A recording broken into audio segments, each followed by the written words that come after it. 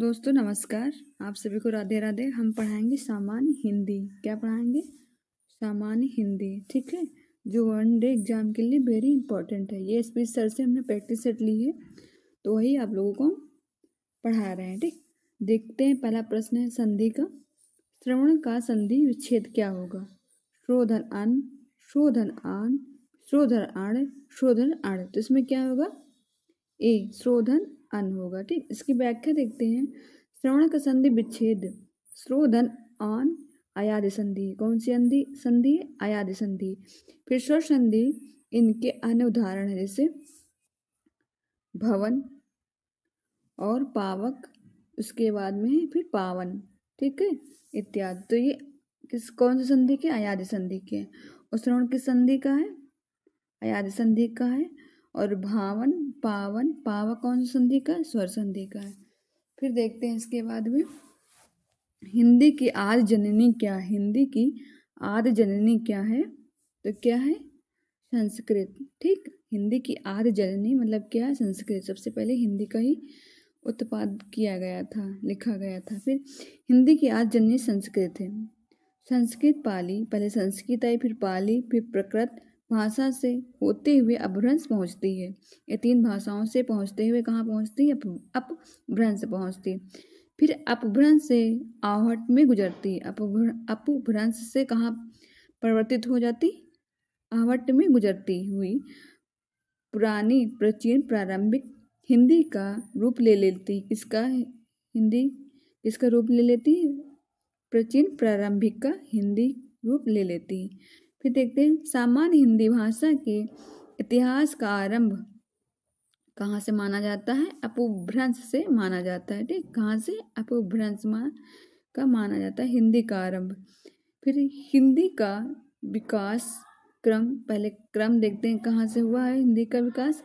पहले संस्कृत, फिर पाली, फिर प्राकृत, अपभ्रंश, आहट, प्राचीन, प्रारंभिक हिंदी है। ये प्रश्न पूछा जाता है अक्सर टीजीटी, पीजीटी, एलटी ग्रेड में क्रम से लगाने के लिए। ठीक है, फिर आगे देखते हैं सीता जाति। इस वाक्य में भूतकालिक भेद इंगित कीजिए। कौन सा है भूतकालिक?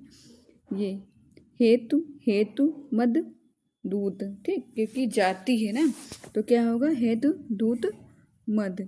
फिर इसका व्याख्या देखते हैं। सीता गई सामान्य भूत है। फिर सीता गई है आसान्य भूत है। सीता गई थी पूर्व भूत है। सीता गया होगी संबंधित भूतकाल, मतलब पहले जा चुकी होगी, तो क्या? संबंधित भूतकाल। फिर नेक्स्ट प्रश्न, वाक्य में त्रुटिपूर्ण भाषा का चयन कीजिए। यदि कोई त्रुटि ना हो तो डी का चिन्ह लगा दीजिए। ठीक, तो इसमें देखते हैं कौन सा है सही। ए वाला है। इस पुस्तक के विकास में ये क्या? इसमें कोई त्रुटि नहीं है। फिर आगे प्रश्न देखते हैं। प्रश्न नंबर 5वां, निम्नलिखित मिश्र वाक्य का चयन कीजिए। मिश्र वाक्य कौन सा है? सी वाला। जो विद्यार्थी परिश्रमी हैं वह आवश्यक सफल होते हैं। क्या? इसमें मिश्र वाक्य कैसे पहचानेंगे? जो आगे आएगा है, बीच में आएगा, फिर वह आएगा। ठीक, तो दो वर्ड आने चाहिए, जैसे जो विद्यार्थी क्या? जो विद्यार्थी परिश्रमी है वह आवश्यक सफल होगा। ठीक, तो वह बीच में ज़्यादा आना जरूरी है, जैसे वह, यहाँ, वहाँ, क्या, ये मिश्रित वाक्य में ये शब्द आते हैं। फिर इसकी व्याख्या देखते हैं। जो विद्यार्थी परिश्रमी है वह आवश्यक सफल होगा, तो इसमें कौन सा वर्ग है? मिश्र वाक्य है। ठीक, उसके बाद में देखते हैं फिर नया प्रश्न, निम्नलिखित शब्दों में कौन सा कर्मधारय समास का उदाहरण नहीं है? कौन सा नहीं? मृगनयनी नहीं, बाकी सारे हैं। महावीर, घनश्याम, महादेव कर्मधारण है। ठीक, मृगनयनी कौन सा समास इसमें आएगा? नहीं। क्या आएगा? मृगनयनी बहुविग्रह समास है। फिर इसकी व्याख्या है, मृगनयनी कर्मधारय समास का उदाहरण नहीं है। ठीक, यह बहुविग्रह समास का उदाहरण जिसका समास विग्रह पद मृग के समान नयन, जैसे हिरण के समान उनके नयन हो, जिसका अर्थात सीता, जबकि सीता कर्मधारय समास का उदाहरण है। फिर नेक्स्ट प्रश्न, पुस्तकीय शब्द में प्रत्यय बताइए। किया, या, ई।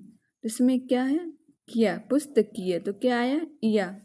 ठीक, इसकी व्याख्या है, पुस्तकीय शब्द में यह प्रत्यय है जो पुस्तक मूल शब्द से जुड़ा है। इस प्रत्यय से जुड़े अन्य शब्द भावीय, भारतीय, पाणिनि, राष्ट्रीय इत्यादि। इसकी ये व्याख्या है, तो इसमें ये आएगा, किसमें ये आएगा, भारवी, भारती, पाणिनि, राष्ट्रीय इत्यादि में ये आएगा।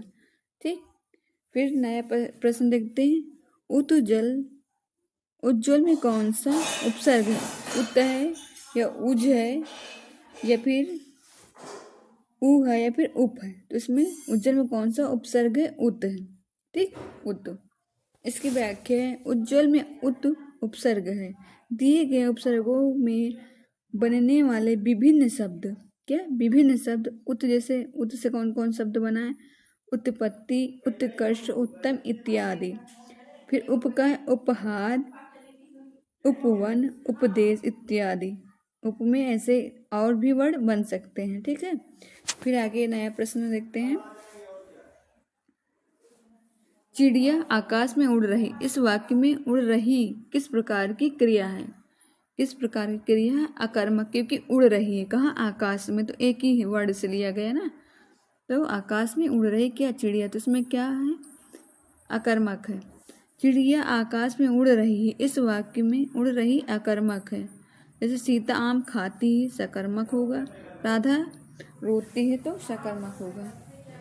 उसके आगे देखिए, कुछ कैसा सर्वनाम, कुछ कैसा सर्वनाम, इसमें संबंधवाचक, प्रश्नवाचक, निजवाचक, अनिश्चयवाचक, तो क्या होगा, कुछ, जैसे कुछ आया है, कोई आया है, कोई कुछ लाया, तो इसमें क्या होगा, अनिश्चयवाचक, मतलब कुछ पता नहीं है। तो कुछ अनिश्चय सर्वनाम है, जिन सर्वनामों में किसी निश्चित वस्तु का बोध नहीं होता, उन्हें अनिश्चय सर्वनाम कहते हैं। सर्वनाम कितने प्रकार के होते हैं, 6।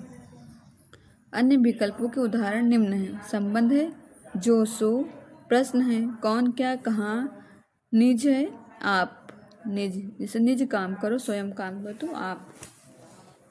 इसके बाद में फिर नया प्रश्न, प्रश्न नंबर 11 देखते हैं। वह बहुत धार्मिक व्यक्ति है, वाक्य में रेखांकित है क्या, वाह, वह कौन सा रेखांकित पद होगा, कौन सा होगा, विश्लेषण। व्याख्या देखते हैं। वाक्य में रेखांकित पद धार्मिक गुणवान विशेषण, क्योंकि गुण बताया गया है कि वो बहुत धार्मिक है, तो उसका गुण बताया गया, तो क्या होगा, विशेषण। विशेषण के कितने प्रकार होते हैं, गुणवाचक, संख्यावाचक, परिणामवाचक, सर्वनामवाचक। कितने भेद होते हैं, 4 भेद होते हैं। ठीक है, फिर आगे देखते हैं। उक्त वाक्य में वह सर्वनाम बहुत, प्रविशेषण धार्मिक गुणवान, विशेषण व्यक्ति जातिवाद की संज्ञा तथा क्रिया है। फिर नया प्रश्न, अपना उल्लू सीधा करना, इसका मुहावरा क्या होगा, अपना मतलब निकालना। इससे व्याख्या है, अपना उल्लू सीधा करना मुहावरे का उपयुक्त अर्थ अपना मतलब निकालना है। एक तवे की रोटी, एक तवे की रोटी, क्या छोटी क्या मोटी, इसका लोकोक्ति क्या होगा, बी, सभी एक ही समान। व्याख्या है, एक तवे की रोटी, क्या छोटी क्या मोटी, लोकोक्ति का तात्पर्य एक समान देखना, एक समान सभी को रहना, ये समझना। ठीक है, फिर देखिए प्रश्न नंबर 14, निम्नलिखित में से कौन सा संयुक्त व्यंजन है, संयुक्त व्यंजन कौन सा है, ज्ञा। संयुक्त व्यंजन 2 अक्षरों के मेल से बना अक्षर संयुक्त अक्षर कहलाता है। इसी प्रकार संयुक्त अक्षर कितने प्रकार के होते हैं, आप लोग बताइएगा कमेंट में। फिर व्यंजन संयुक्त व्यंजन कहलाता है, जैसे का धन शा बराबर छा बनता है, का धन शा बराबर छा बनता है। फिर ता धन रा बराबर त्रा बनता है, ये 2 वर्ड से। फिर चा धन इया क्या बनता है, तथा शा धन राम क्या बनता है, श्रा बनता है। तो संयुक्त वर्ड ये थे। संयुक्त वर्ड कौन सा है, सा। ठीक, फिर नया प्रश्न,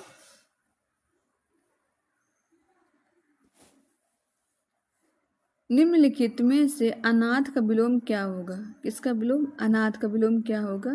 सनाथ। फिर और देखते हैं व्याख्या। अनाथ का विलोम सनाथ होता है। दुर्बोध का विलोम सुरबोध होता है। अबोध का विलोम बोध होता है। ठीक। फिर प्रश्न नंबर 16 का देखते हैं। पत्थर का पर्यायवाची नहीं है। पत्थर का पर्यायवाची कौन सा नहीं है? उरग नहीं है। कौन सा? उरग। उरग का पर्यायवाची आगे देखते हैं व्याख्या में। पाषाण, अस्म, संग, प्रस्तार, पाहन, उपल ये सभी पत्थर के पर्यायवाची हैं, जबकि उरग विषधार सांप का पर्यायवाची है। फिर नया प्रश्न है। वह बहुत मधुर गाता है। इनमें विश्लेषण शब्द का चयन कीजिए। वह बहुत मधुर गाता है, इसमें क्या होगा? बहुत। ठीक। वह बहुत मधुर गाता है, तो इसमें विश्लेषण क्या है? प्रविश्लेषण बहुत है। व्याख्या है। वह बहुत मधुर गाता है, इसमें बहुत प्रविश्लेषण है तथा मधुर विशेषण है। मधुर विशेषण है और बाकी प्रविशेषण है। प्रविशेषण वे शब्द है जो विशेषणों की विशेषता बतलाते हैं, प्रविशेषण कहलाते हैं। जैसे वह बहुत बुद्धिमान है। क्या? वह बहुत बुद्धिमान है। लड़का है यहाँ बुद्धिमान। विशेष और बहुत प्रविशेषण है, क्योंकि यह बुद्धिमान की विशेषता बता रहा है। किसकी? बुद्धिमान की विशेषता बता रहा है। नया प्रश्न है। भरत मुनि के अनुसार रसों की संख्या कितनी है? 8। भरत मुनि के अनुसार रसों की संख्या कितनी? 8 है। इसके बाद भरत मुनि के अनुसार रसों की संख्या कितनी मानी जाती है? 8 मानी जाती है। भरत मुनि ने अपने ग्रंथ नाटकों में 9 रस को शांत माना है। किसको शांत माना है? 9 रस को शांत माना है, का विवेचन नहीं किया गया, और शांत रस का विवेचन नहीं किया गया। 8वां रस भरत मुनि ने अपने ग्रंथ नाटक शास्त्र में 9वां रस शांत रस का विवेचन 9वां रस और शांत रस का विवेचन नहीं किया गया। फिर प्रश्न नंबर नेक्स्ट। मैंने राधा के लिए कपड़े खरीदे। इस वाक्य में कारक किस प्रकार का है? संप्रदान, मतलब के लिए। ठीक। के द्वारा, तो क्या है? संप्रदान। इस वाक्य में संप्रदान कारक का प्रयोग किया गया है। जिसके लिए कोई क्रिया संपन्न की जाए या जिसे कुछ प्रदान किया जाए, वहाँ पर संप्रदान कारक होता है। इसका चिन्ह को या के लिए होता है। किसके? के या को लिए होता है। फिर प्रश्न नंबर 20 देखते हैं। जहाँ वाक्य की विशेषता, जहाँ वाक्य की गति अंतिम रूप ले ली, विचार के तार टूट जाएं, वहाँ किस चिन्ह का प्रयोग किया जाता है? विराम चिन्ह का। ठीक। विराम चिन्ह का प्रयोग किया जाता है।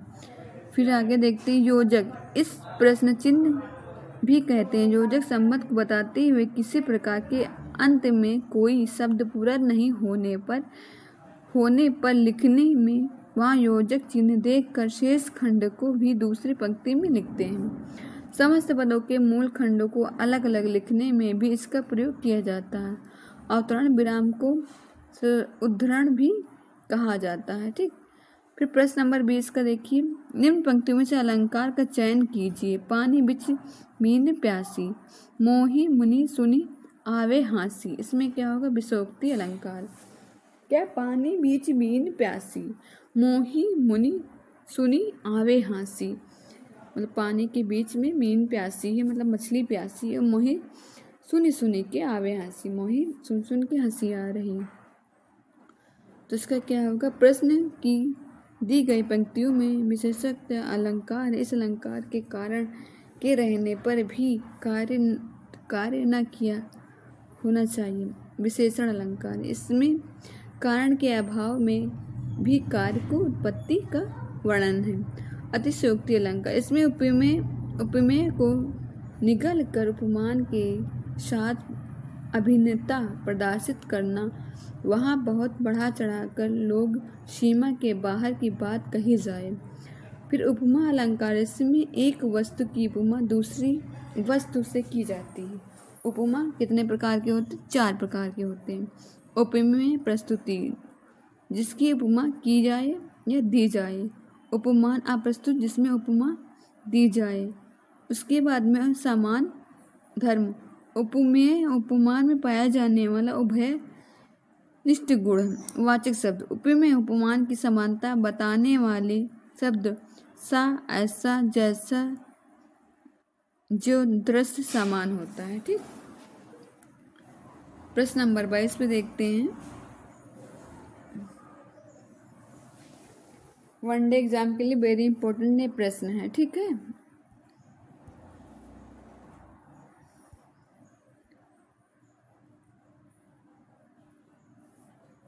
फिर आगे है मंदिर। मंदिर क्या? मंदिर मंदिरा युग का उपयुक्त अर्थ वाला युग्म कौन सा है? मंदिर मंदिरा वाला क्या है? देवालय और अश्वशाला। क्या है? देवालय और अश्वशाला, मतलब देवालय और अश्वशाला, इसमें घोड़े रहते हैं, उसको क्या कहते हैं? अश्वशाला। देवालय को क्या कहते हैं? मंदिर। मंदिर का अर्थ देवालय है तथा मंदिरा का अर्थ अश्वशाला होता है। मंदिर मंदिरा युग्म उपयुक्त अर्थ देवालय अश्वशाला होगा। ठीक। ये प्रश्न। फिर देखिए प्रश्न नंबर 23 है। लिंग निर्धारित करके आधार पर होता है। हिंदी में शब्दों का लिंग निर्धारित किसके आधार पर होता है? संज्ञा के आधार पर होता है। किसके? संज्ञा के। फिर हिंदी में शब्दों का लिंग निर्धारण संज्ञा के आधार पर होता है। किसके? संज्ञा के आधार पर। प्रश्न नंबर 24। पुल्लिंग शब्द कौन सा है? कौन सा है? सागर। भरता है ना। बाकी आशा होती है, आज्ञा होती है, गर्मी या गरिमा होती है। फिर पुल्लिंग शब्द क्या है? सागर, भरता या होता है। 25 प्रश्न। सुनी सिया सत्य सी से हमारी, पूजही मन का कामना तुम्हारी। प्रस्तुत पंक्तियों में से कौन सा छंद है? कौन सा छंद है? चौपाई। कौन सा छंद है? चौपाई छंद है। ठीक। किसकी? किसने लिखा? आप लोग बताइएगा। प्रस्तुत पंक्तियों में चौपाई छंद है। 12वीं का अर्धमात्रिक छंद है। क्या? अर्धमात्रिक छंद है। ठीक। उसके बाद में देखते हैं अर्धमात्रिक छंद। इसका उदाहरण पंपक हरवा अंग मिली अधिक सुहाय, जानी खरे सिया हरिये सब कुंभी लाभ। सोरठा एक मात्रिक छंद है। इसका उदाहरण है मूक, मतलब सारे उदाहरण दिए गए हैं। मूक हुई बवाल पंगु, चढ़ाए गिरिवर गाहन, जासु कृपा सो दयाल, दुर्बहु सकल कलिमल दाहन। ठीक। प्रश्न नंबर 26 का नित्य बहुवचन में प्रयुक्त होने वाला शब्द कौन सा है? सी, हस्ताक्षर। इसकी व्याख्या है दिए गए विकल्पों में से नित्य बहुवचन में प्रयुक्त होने वाला शब्द हस्ताक्षर। शेष, घर, प्रत्येक व मुनि एक वचन। फिर नीचे दिए गए हैं 4 विकल्पों में तत्सम शब्द चयन कीजिए। क्या? स्नान तत्सम शब्द है। थान, स्थान तथा स्थान तत्सम है। निम्नलिखित शब्दों में योग रूढ़ कौन सा है? योग रूढ़ कौन सा है? लंबोदर। लंबोदर शब्द योग रूढ़ है। रचना या बनावट के आधार पर 3 प्रकार के होते हैं योग रूढ़। रूढ़, यौगिक, योग रूढ़। क्या? रूढ़, यौगिक, योग रूढ़। फिर जिसके उदाहरण निम्नवत हैं। रूढ़, स्वर्ग, दिन इत्यादि क्या है? रूढ़ है। यौगिक है विद्यालय, विज्ञान, राजपुत्र इत्यादि, ये यौगिक है। योग रूढ़ लाबोंदर, पीताम्बर, राजपूत इत्यादि, ये क्या है? योग रूढ़ है। फिर 29 से 33 तक प्रश्न देखते हैं।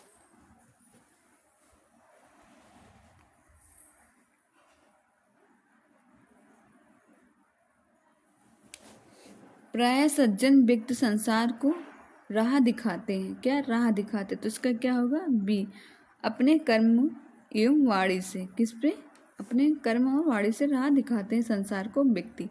फिर इसके बाद में प्रश्न देखते हैं 30 से। जगत में साहित्य, कला, विज्ञान और शास्त्र, इसका क्या होगा? सी, शब्द शक्ति के प्रमाणिक रूप होते हैं। शब्द शक्ति के प्रमाणिक रूप होते हैं। जैसे जगत में साहित्य, कला, विज्ञान और शास्त्र का शक्ति प्रमाणिक रूप है। फिर शब्द शक्ति के महान होते हैं, इसमें क्या है, व्यवहार की सनातनी शक्ति के से व्यक्ति महान होते हैं। फिर प्रश्न नंबर 32 का देखते हैं, गांधी जी की महानता यह क्या थी, जो कहते थे वो करते थे या वही करते थे, कौन, गांधी जी, उनकी ये महानता थी। इसके बाद में देखिए, गांधी जी की महानता यह थी कि जो कहते थे वही करते थे। प्रश्न नंबर 33, उपयुक्त अनुच्छेद का सर्वाधिक उपयुक्त शीर्षक कौन सा है, वाणी और कर्म। उपयुक्त अनुच्छेद का सर्वाधिक उपयुक्त शीर्षक वाणी और कर्म है। फिर सुमित्रा नंदन पंत को उसकी किस रचना पर ज्ञानपीठ पुरस्कार मिला, चिदंबरा पर, किस सन में, 1968 में। व्याख्या है, हिंदी भाषा का विकास, हिंदी भाषा का पहला ज्ञानपीठ पुरस्कार सुमित्रानंद को उनकी रचना चिदंबरा के लिए 1968 में तथा कला और बूढ़ा चांद 1960 के लिए साहित्य अकादमी पुरस्कार से सम्मानित किया गया। किसको, सुमित्रानंद पंत को। इनकी प्रमुख रचनाएं हैं वीणा, पल्लव, कुंजन, ग्राम, युगंत, युगवाड़ी, लोकायतन इत्यादि। फिर रानी केतकी कहानी के रचयिता कौन है, ईसा अल्लाह खां। कौन है, ईसा अल्लाह खां। ईसा अल्लाह खां रानी केतकी कहानी के रचयिता ईसा अल्लाह खां हैं। इसके बाद में ईसा अल्लाह खां रानी केतकी की कहानी किस भाषा में, उर्दू में है। और गजलों का दीवाना, दीवान रेखती, कायनात, ये उर्दू फारसी में लिखा गया है। किसमें, उर्दू और फारसी में लिखा गया है ये रचनाएं। फिर प्रेमचंद की रचनाएं देखते हैं, सेवा सदन, निर्मला, गबन, गोदान, रंगभूमि और कर्मभूमि। उसके बाद में फिर प्रश्न देखते हैं, अज्ञे, हरी घास पर क्षण भर और इंद्रधनुष रौंदे हुए, किसकी, अज्ञे की है। फिर आंगन के पार द्वार, कितनी नावों में कितनी बार, इनको इस पर साहित्य अकादमी पुरस्कार भी मिला है, किसमें, कितनी नावों में कितनी बार। फिर जैनेन्द्र की देखते हैं, परख, मंथन, प्रेम में भगवान और फांसी, किसकी, जैनेन्द्र की। फिर आगे देखते हैं, निम्नलिखित में से किसको साहित्य अकादमी पुरस्कार मिला है, नामवर सिंह को, प्रेमचंद्र को, भाटेन हरिश्चंद्र को, या फिर सूर्यकांत त्रिपाठी निराला को। तो किसको मिला है, नामवर सिंह 1971 में कविता के नए प्रतिमान पर मिला है साहित्य अकादमी पुरस्कार। फिर इसके बाद में आगे देखते हैं, 1954 में स्थापना पुरस्कार के प्रत्येक वर्ष में भारतीय भाषाओं की श्रेष्ठ कृतियों को दिया जाता है। पहला साहित्य अकादमी 1955 में इसको दिया गया था माखनलाल चतुर्वेदी को, हिमतरांगड़ी पर, ठीक। फिर मुझे चांद चाहिए काव्य के रचयिता कौन है, सुरेंद्र वर्मा। कौन है, सुरेंद्र वर्मा। मुझे चांद चाहिए काव्य के रचयिता सुरेंद्र वर्मा है। इस काव्य पर इन्हें 1966 में साहित्य अकादमी पुरस्कार मिला। शिव प्रसाद सिंह, नीला चांद, सुमित्रा नंदन पंत, काला बूढ़ा चांद, मुक्तिबोध को चांद का मोटेड़ा, इस पे साहित्य अकादमी पुरस्कार मिला है इन लोगों को। फिर इनकी अन्य रचनाएं हैं द्रौपदी, आठवां सर्ग, सेतु बंधु इत्यादि। किसकी हैं ये, सुरेंद्र वर्मा की ये रचनाएं हैं। फिर आगे देखते हैं, निम्नलिखित में से कौन सी एक युग्म सही सुमेलित नहीं है, क्या, सुमेलित नहीं है। रसोई घर तत्पुरुष समास है, यथाशक्ति अव्ययीभाव समास है, ये भी सही है। और द्विगु समास, दशमुख, ये गलत है। उसके बाद में फिर देखते सीता राम द्वंद्व समास, ठीक। तो कौन सा गलत है, सी वाला गलत है। इसकी व्याकरण देखते हैं, 10 कुमार द्विगु समास का उदाहरण नहीं है, यह बहुव्रीहि समास का उदाहरण है। बहुव्रीहि समास के अन्य उदाहरण मृगनयनी, चक्रपाणी, पीताम्बर, गिरिधर, वीणा पाणी, प्रधानमंत्री इत्यादि, जो भगवान से रिलेटेड होते हैं, थोड़ा थोड़ा संबंधित होते हैं, वो सोच लो कि बहुव्रीहि के समास हैं। जैसे समास और उदाहरण, दिगु दोपहर, जैसे इसमें वो आ रहे हैं शब्द। दोपहर, त्रिलोक, चौराहा, नवरात्र, सप्ताह इत्यादि। ये क्या है? दिग्गु है। फिर तत्पुरुष के राजकुमार, धर्म ग्रंथ, स्नान धर्म, गलत है, स्नान घर होना चाहिए, गगनचुंबी इत्यादि। ये क्या है? तत्पुरुष। अव्ययी भाव के देखना, प्रतिदिन, आजन्म, यथासंभव, अनुरूप इत्यादि। इसके बाद में महोदय में कौन से संधि है? गुण। महाधन उदय, क्या होगा इसका? महाधन उदय। इसमें कौन संधि? गुण संधि। फिर महाधन उदय, आ या बड़ा आ के बाद छोटी ई या बड़ी ई, छोटा ऊ या बड़ा औ तथा ऋण स्वर आए दोनों के साथ पर क्रमशः ए और आओ और अर हो जाते हैं। क्या हो जाता है? ए ओ और अर हो जाते, उसको क्या कहते हैं? गुण संधि कहते हैं। दीर्घ संधि, शिवालय, विद्यालय, ग्रीस, नदीस, भानुदय इत्यादि। ये दीर्घ संधि के। यड़ संधि के, अत्यधिक, यद्यपि इत्यादि, उपयुक्त, प्रत्येक। यह कौन सी संधि? यड़। वृद्धि संधि, एके एक, सदैव, वनोषी, परमोधार इत्यादि। फिर प्रश्न नंबर 40 का है, हर्ष शब्द के 4 विलोम सही। कौन सा? डी। हर्ष का क्या होगा? विषाद होता है। कमल का पर्यायवाची नहीं है। कौन सा नहीं है? रसाल नहीं। रसाल किसका है? आम का है। आम का पर्यायवाची और देखते हैं। आम के अन्य पर्यायवाची शब्द है अम्र, पिगबंधु, अतिसौरभ, अमृत फल इत्यादि। और कमल के पर्यायवाची कौन है? कज, पंकज, जलज, सरोज, नीरज, अंबुज, वरिष इत्यादि। इंद्रवर, अरविंद इत्यादि ये किसके हैं? कमल के पर्यायवाची हैं। ठीक है, फिर आगे बढ़ते हैं।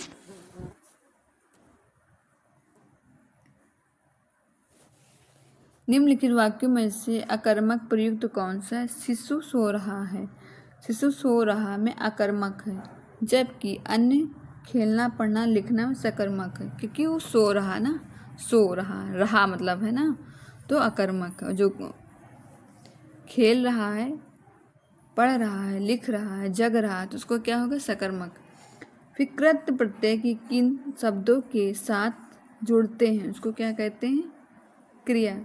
व्याख्या है, कृत प्रत्यय क्रिया के रूप में अर्थात धातु के साथ जोड़ते हैं। जैसे लिख, धन, अख, लेखक।